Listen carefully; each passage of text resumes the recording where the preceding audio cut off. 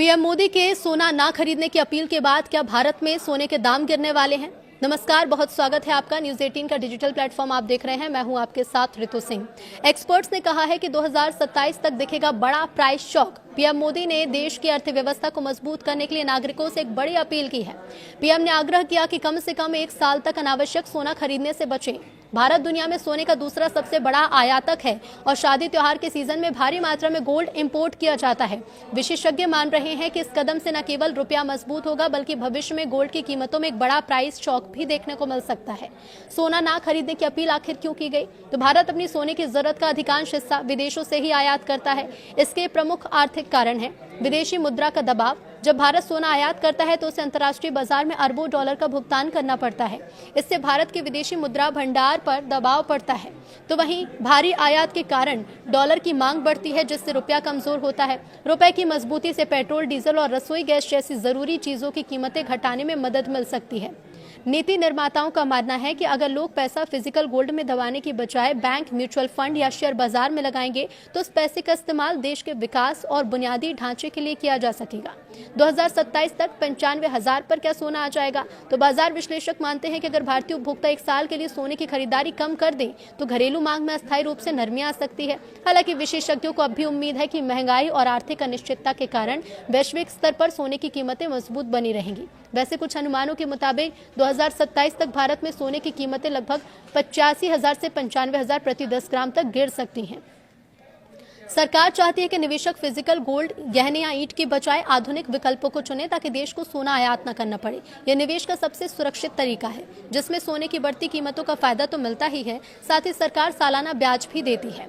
आप मात्र 1 रुपए से भी डिजिटल गोल्ड खरीद सकते हैं। इसे संभालने या चोरी होने का भी डर नहीं रहता। शेयर बाजार के जरिए सोने में निवेश करना एक पारदर्शी और आसान विकल्प है। अर्थशास्त्रियों का ये तर्क है कि अगर गोल्ड इंपोर्ट कम होता है और रुपया स्थिर रहता है तो इससे देश में महंगाई कम होगी। दैनिक उपयोग की वस्तुओं की कीमतें स्थिर रहने से मध्यम वर्गीय परिवारों को राहत मिल सकती है। पीएम की अपील इसी जन भागीदारी का हिस्सा है ताकि देश की अर्थव्यवस्था को आत्मनिर्भर बनाया जा सके। नमस्कार, बहुत स्वागत है आपका। न्यूज 18 का डिजिटल प्लेटफॉर्म आप देख रहे हैं। मैं हूं ऋतु सिंह। केरलम के सीएम का ऐलान 24 घंटे के अंदर होने वाला है। राहुल गांधी से मिलने के बाद पूर्व प्रदेश अध्यक्ष ने दावा किया है वेणुगोपाल पहली पसंद है। केरलम के अगले सीएम के नाम की घोषणा अगले 24 घंटे के अंदर हो सकती है। पूर्व प्रदेश कांग्रेस अध्यक्ष के मुरलीधरन ने राहुल गांधी से मिलने के बाद ये दावा किया। उन्होंने कहा कि मंगलवार रात या बुधवार सुबह तक मुख्यमंत्री के नाम सामने आ जाएगा। मुरलीधरन ने बताया कि सोनिया गांधी के आवास 10 जनपद पर राहुल ने केरल के पूर्व प्रदेश अध्यक्षों और कार्यकारी अध्यक्षों के साथ अगले सीएम के नाम पर चर्चा की है। कांग्रेस अध्यक्ष मल्लिकार्जुन खड़गे मंगलवार शाम को बेंगलुरु से दिल्ली आए। उनके आने के बाद एक और दौर की बातचीत बाकी है। इसके बाद मुख्यमंत्री के नाम पर आखिरी फैसला होगा। 2026 केरलम विधानसभा चुनाव के नतीजे 4 मई को आ गए थे। कांग्रेस के नेतृत्व वाले यूडीएफ गठबंधन को 140 में से 102 सीटें यहां मिली। 4 मई को 5 राज्यों के चुनाव के रिजल्ट आने के बाद बंगाल, असम और तमिलनाडु में नए सीएम की शपथ हो चुकी है। पुडुचेरी में सीएम रंगास्वामी बुधवार को शपथ लेंगे, तो वहीं केरलम को अपने नए सीएम का इंतजार है। कांग्रेस आलाकमान ने सोमवार को केरलम कांग्रेस के पूर्व अध्यक्षों को दिल्ली बुलाया था। सूत्रों के मुताबिक राहुल गांधी की केरलम सीएम के लिए पहली पसंद केसी वेणुगोपाल है। राहुल ने दिल्ली में वेणुगोपाल से अकेले में मुलाकात भी की थी।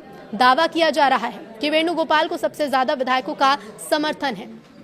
रिपोर्ट के मुताबिक कांग्रेस विधायक दल की बैठक में 75 से 80% सदस्यों ने केसी वेणुगोपाल को समर्थन दिया। वीडी सतीशन को 6 विधायकों का समर्थन मिला। बैठक के बाद 3 पूर्व प्रदेश अध्यक्षों ने सतीशन का समर्थन किया। यूडीएफ के सहयोगी दल आईयूएमएल और केरलम कांग्रेस ने भी सतीशन को समर्थन दिया। कांग्रेस आलाकमान केरल के मुख्यमंत्री का नाम तय करने के लिए दिल्ली में विचार विमर्श का दौर जारी है। सूत्रों के मुताबिक केसी वेणुगोपाल फिलहाल सबसे मजबूत दावेदार के रूप में उभरे। हालांकि इस पर राहुल गांधी अंतिम फैसला लेंगे। सूत्र कहते हैं कि दिल्ली में पिछले कई दिनों से केरलम के मुख्यमंत्री के नाम को लेकर बैठकें चल रही हैं, जो अपने निर्णायक मोड़ पर हैं।